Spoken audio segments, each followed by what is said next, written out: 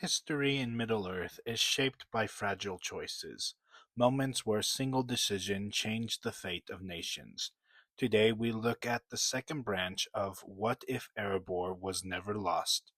In my last video we looked at a timeline where the dwarves of Erebor remain true to Middle-earth and do not succumb to the power of the Dark Lord.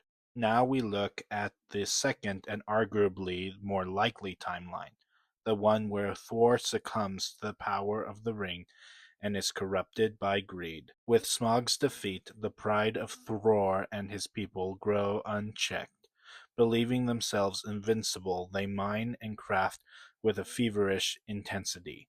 Erebor's wealth rapidly increases, but Thror, consumed by the ring's influence, imposes heavy costs and tariffs on all trade. Dale continues to grow wealthy, but the goodwill between dwarves and men begins to unravel as Thror's paranoia and lust for gold continues to grow. Erebor becomes the most powerful and wealthiest kingdom in Middle-earth. While Thror's Fork maintain decent terms with Dale and Lake Town, their distrust and hatred for the elves grow until all communication completely breaks down. The men of Dale are forced to choose a side, and unwilling to lose the wealth flowing from Erebor, align themselves completely with the dwarves. Thranduil's people cut off all trade with the south and north, draw deeper and deeper into Mirkwood, effectively disappearing from outside knowledge. Once again, the Dwarf-Orc War never happens. The orcs grow strong, overrunning all the Misty Mountains and making the pass inaccessible for any free folk. With the dwarves firmly entrenched in their kingdom, there is no company of Thorin and no adventure for Bilbo Baggins, who remains comfortably in the Shire. Critically, the One Ring stays with Gollum, deep within the Misty Mountains. The ring still seeks to abandon Gollum, but without Bilbo to find it, Gollum realizes it's missing and finds it before an orc can, ensuring the ring remains hidden from all. The White Council still drives Sauron out of Dol Guldur in TA 2941, but with the Wood Elves withdrawn, the darkness, foul creatures, and giant spiders continue to grow stronger in Mirkwood. As Sauron's power grows and he returns to Mordor, he controls most of the Misty Mountains and Mirkwood. Erebor and Dale are massive, immensely rich kingdoms under the ever-increasing influence of the Ring of Durin. Gondor, Rohan, and Isengard remain largely as they were in the original timeline. Sauron desires to completely control the north and sends his messengers, most likely the Mouth of Sauron or maybe even a Nazgul, to Erebor to speak with Thorin, who is now king under the mountain. The conversation proceeds much as it did in the Fellowship of the Ring, with the messenger offering promises of great riches and power. Thorin, who has held and been around the influence of the Ring of Durin for so long, would have been unable to resist the promise of great riches, the return of the two other dwarven rings, and having Moria restored unto his people. He would agree to join with Sauron. The men of Dale and Lake Town, having lived for generations under the spell of dwarven greed, also agreed to join Sauron. They are driven by a desire for more gain and a need to prove they are the strongest kingdom of men, tired of the condescending regard of Gondor and Rohan. Sauron orders Thorin to begin war preparations. For several years, the forges of Erebor work constantly, producing the finest armor and weapons. An army of Easterling arrives near Dale. Thorin's dwarves, the men of Dale, Lake Town, and the Easterlings are all armed and armored. Orcs also descend from the Grey Mountains to join the newly hybrid army. When all is ready, the ring-wraith Kamaul the Easterling comes from Dol Guldur to lead them. Sauron, wanting to test his new army before his full assault on Gondor, sends them against the Wood Elf realm. Thranduil's people have completely cut themselves off.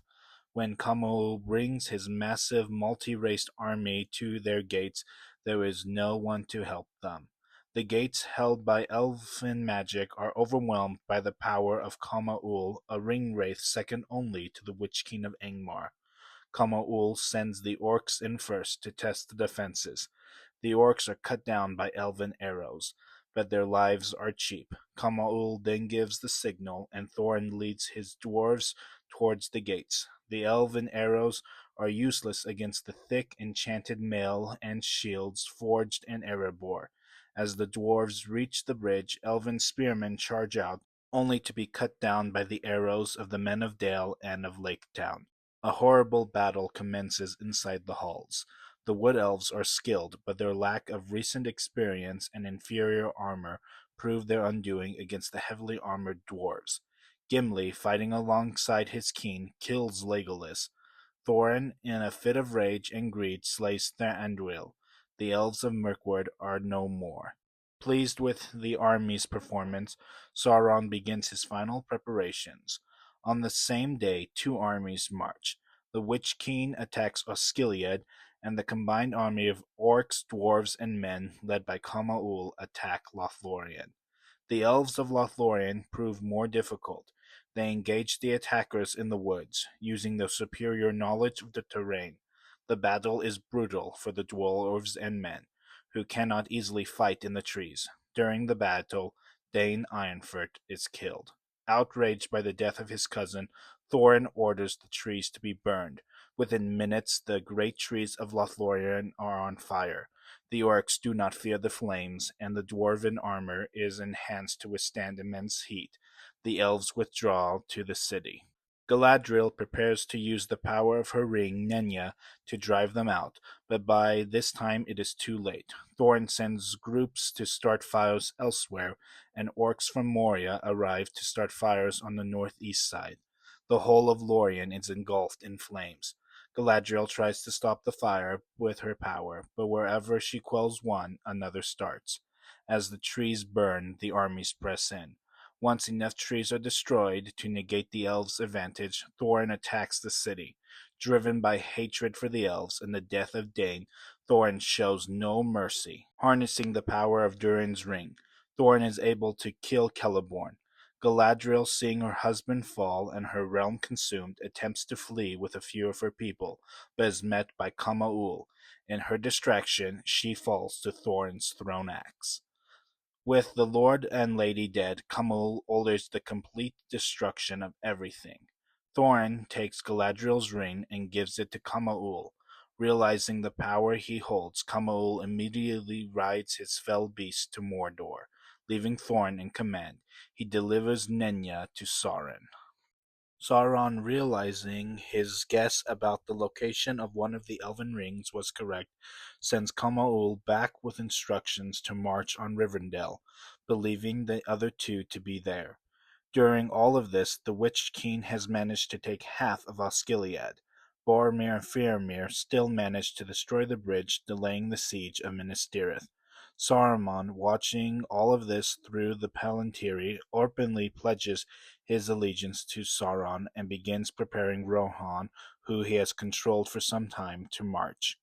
Gandalf, having sensed the fall of Galadriel, goes to Rivendell to talk with Elrond. He finds Elrond and his people preparing to depart for the Grey Havens. Elrond, like Gandalf, felt the fall of Galadriel, and realizing that Sauron must have taken her ring, is preparing to depart Middle-earth with all that will go with him.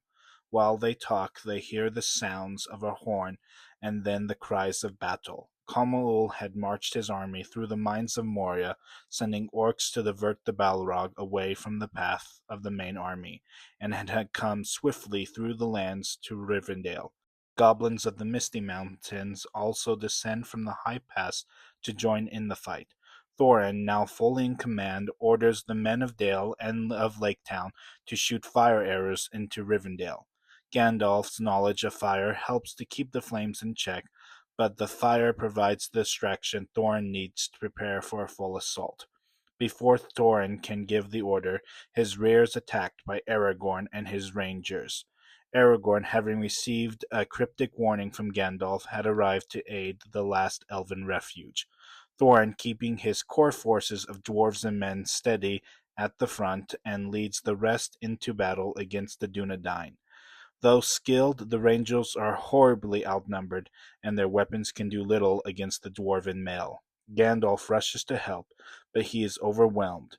Elrond and his people fight fiercely, but the skill of the dwarves and the sheer number of the enemy are too much. Aragorn falls at the hand of Kamaul, who had joined the fight, and finally Elrond falls, overwhelmed by sheer numbers. Rivendell is taken, and the flag bearing the Eye of Sauron is raised. Kamaul takes the last two elven rings to Mordor. Meanwhile, the Witch King's army has crossed the Anduin and driven the soldiers of Gondor from Osgiliath. His host is strengthened by the Hadradrim and the Corsairs. The Witch King launches his attack on Minas Tirith. When the riders of Rohan arrive, they do not come to save the city, but to join the attackers. Boromir fights bravely on the front lines, but is eventually killed. Denethor is captured and taken to Mordor. Sauron wishes to see the man who was able to withstand his mental attacks through the Palantiri. With the fall of Gondor, Sauron now controls most of Middle-earth. The remaining elves at the Grey Havens quickly set sail. The hobbits of the Shire and the men of Bree are momentarily free, but would soon fall under Saruman's rule.